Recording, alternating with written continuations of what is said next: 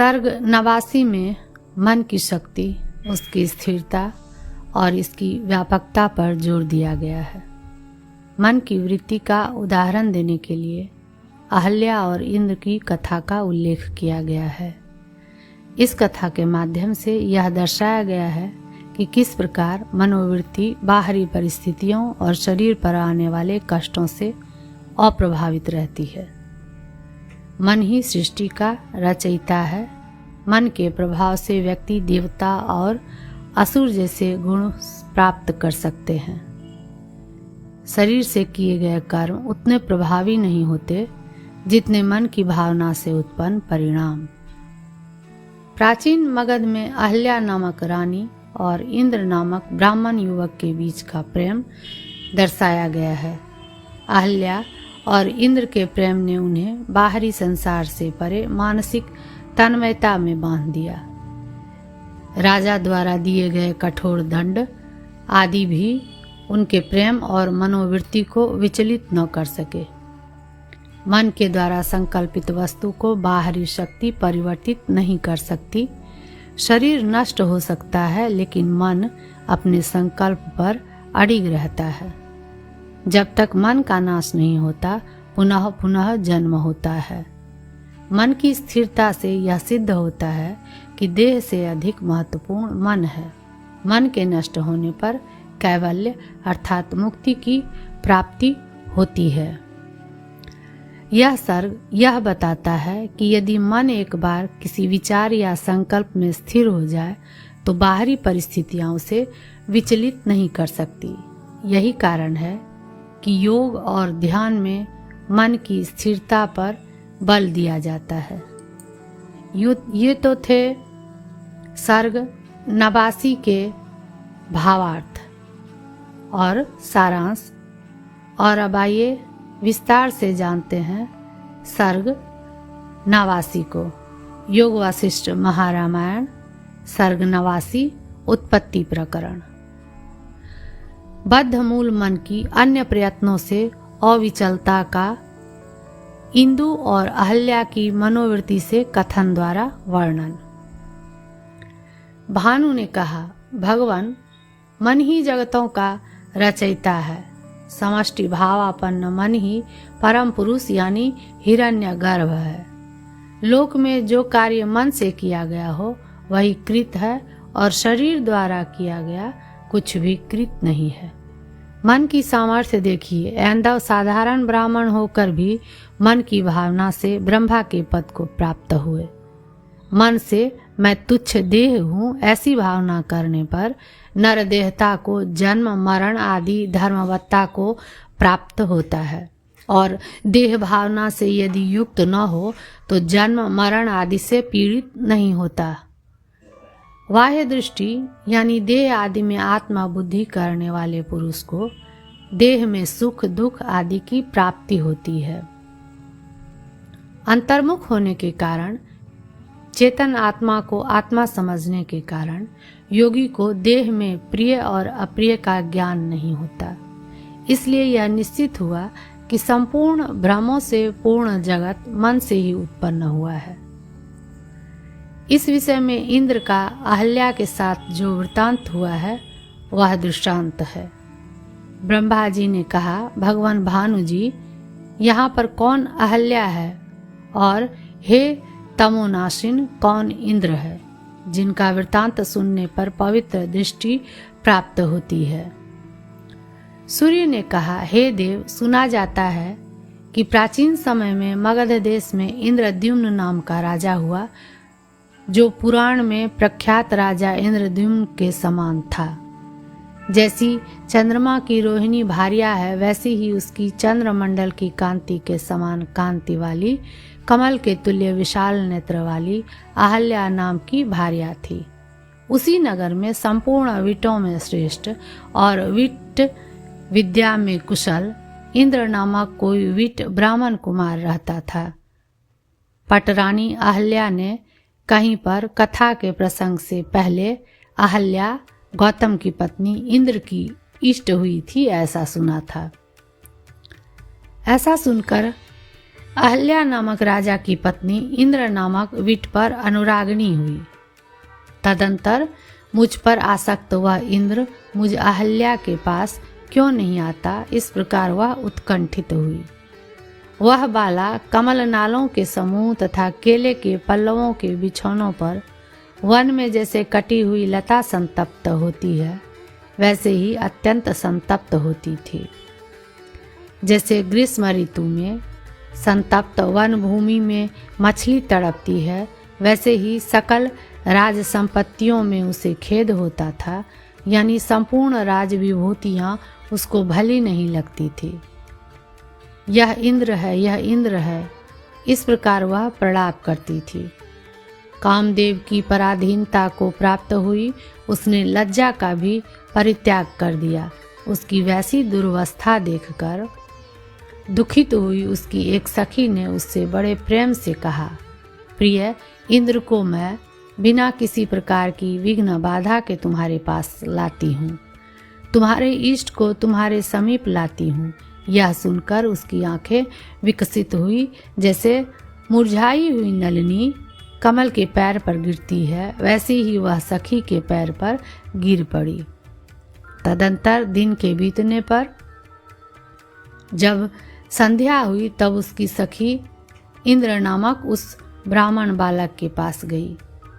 वह सखी इंद्र को युक्तिपूर्वक समझा बुझाकर रात्रि में अहल्या के निकट शीघ्र ले आई। तदुपरांत किसी एक गुप्त घर में बहुत सी फूल मालाएं और अंगराग से विभूषित वह अहल्या, जैसे गौतम पत्नी अहल्या इंद्र के साथ रति को प्राप्त हुई थी, वैसे ही उस इंद्र नामक विट के साथ रति को प्राप्त हुई। जैसे वसंत लता को रस से अपने अधीन करता है, वैसे ही हार केयूर आदि से मनोहर उस विट से वह तरुणी सुरतोचित कीड़ाओं द्वारा अपने वश में की गई। तदंतर इंद्र नामक विट पर अनुरक्त हुई संपूर्ण जगत को तन्मय देखती हुई उसे समस्त गुणों से पूर्ण अपना पति रुचिकर नहीं हुआ। कुछ समय के बाद राजा को उस अहल्या के मुख रूपी आकाश को प्रकाशित करने वाली इंद्रानुरागिता ज्ञात हुई। जितने समय तक वह इंद्र का ध्यान करती थी, उतने समय तक उसका मुख ऐसा शोभित होता था जैसे कि पूर्ण चंद्रमा से विकसित कुमुद सुशोभित होता है। इंद्र की भी समस्त इंद्रियां उस पर आसक्त थी, अतः वह बड़ा व्याकुल था। उसके बिना कहीं पर भी एक क्षण भी नहीं रह सकता था। तदुपरांत अत्यंत प्रगाढ़ स्नेह होने के कारण प्रकाश रूप से काम चेष्टा वाले उन लोगों का दुर्विनय, जो कि अत्यंत व्यथा पहुँचाने वाला था, राजा के कानों तक पहुँचा। राजा ने उनका परस्पर अत्यंत आसक्ति वाला भाव देखकर बहुत से दंडों से उन दोनों का शासन किया। उन दोनों को हेमंत ऋतु में तालाब में छोड़ा, फिर भी वे बड़े संतुष्ट होकर हंसते थे। वहाँ उन्हें तनिक भी दुख नहीं हुआ। तदंतर राजा ने उनसे पूछा, हे दुर्मतियों, तुम खिन्न हो या नहीं? जलाशय से निकाले गए उन दोनों ने राजा से कहा, हे राजन, परस्पर की आनंदित मुख कांति का स्मरण करके यहाँ पर हम लोगों ने परस्पर बद्ध प्रेम अपनी आत्मा को नहीं जाना। चूँकि हम लोगों का संग यानी मन का संबंध निःशंक है, यानी पृथक होने की शंका से रहित है, इसलिए हे राजन, आपके द्वारा किए गए उत्पीड़न आदि दंडों में अंगों के छेदन से भी हम लोग हर्षित रहते हैं, खिन्न नहीं होते। तदत्तर वे भाड़ में भड़भुंजे की भट्ठी में झोंके गए, वहाँ पर भी प्रसन्न ही रहे। उन्होंने पहले की तरह राजा से कहा, परस्पर की स्मृति से हर्षित होकर वहाँ पर भी हम सुखी रहे। तदुपरांत हाथी के पैरों में बांध दिए गए, वहाँ पर भी पूर्ववत वे प्रसन्न रहे।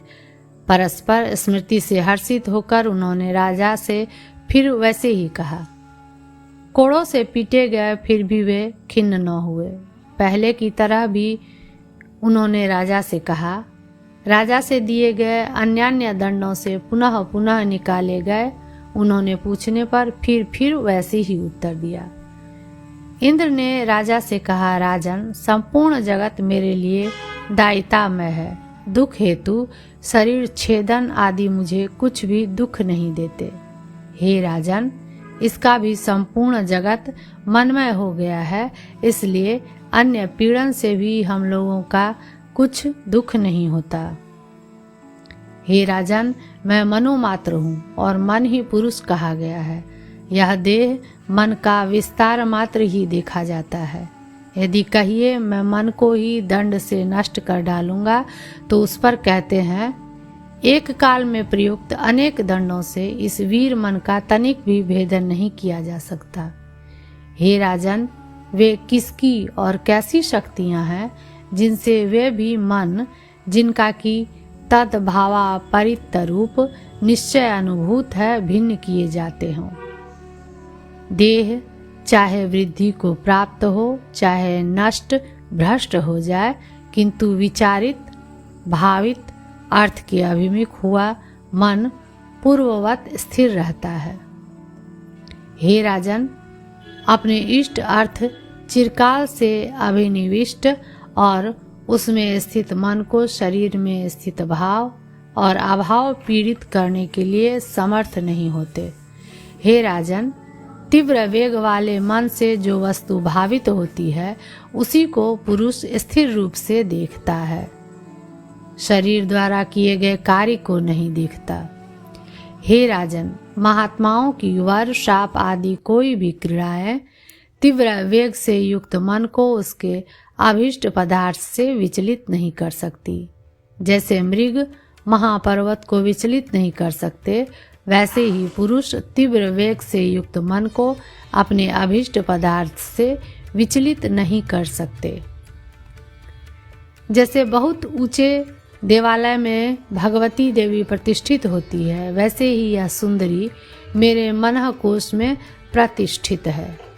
मेरे जीवन की रक्षा करने वाली इस प्रिया से युक्त मैं दुख का अनुभव वैसे ही नहीं करता, जैसे कि शिखर पर स्थित मेघमाला से युक्त पर्वत ग्रीष्म ऋतु की तपन का अनुभव नहीं करता।